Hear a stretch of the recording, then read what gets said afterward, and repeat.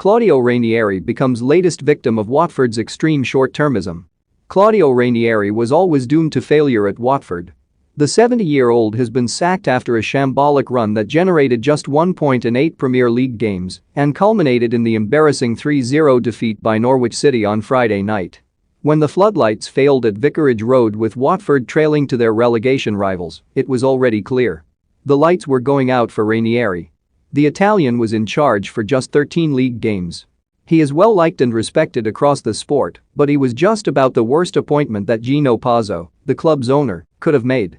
Ranieri won the title with Leicester City 6 years ago. His relaxed attitude and old-school approach suited that squad of players, but the alchemy that occurred at the King Power Stadium was a happy accident. It soured fairly quickly, and Ranieri was sacked during the next season. The players enjoyed the unlikely triumph a bit too much and lost focus, but, arguably, the worst offender was the manager. To even imagine he would have the appetite for a bottom-half battle at Watford is mind-boggling. An atmosphere of finger-pointing grew at Vicarage Road after Ranieri took over in October. The mood became rancid. The former Chelsea boss gives the impression of being an avuncular sort, but he has a hard edge. Players can deal with that. What they did not like was the way he operated. They saw their boss as tactically backward, disorganized and out of step with the modern, 24/7 manager.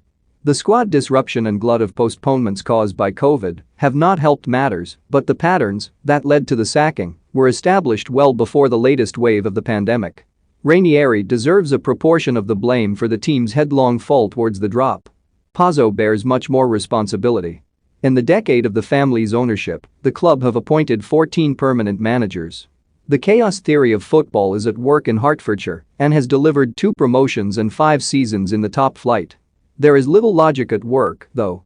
Looking at the past 6 managers, Javi Gracia, Quique Sanchez Flores, Nigel Pearson, Vladimir Ivic, Xisco Munoz and Ranieri, there is no common thread, only a variety of styles. Watford fired Xisco Munoz after just 7 games of this season. Gracia was dispensed with less than 2.5 years ago. No wonder Watford lack a consistency of style and purpose.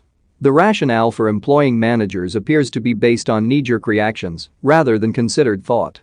There is a fine balance between keeping things fresh in the dressing room and letting things grow stale. Players do stop listening to their bosses if familiarity is allowed to drift into contempt. But what is happening at Watford is beyond that and verges on ridiculous.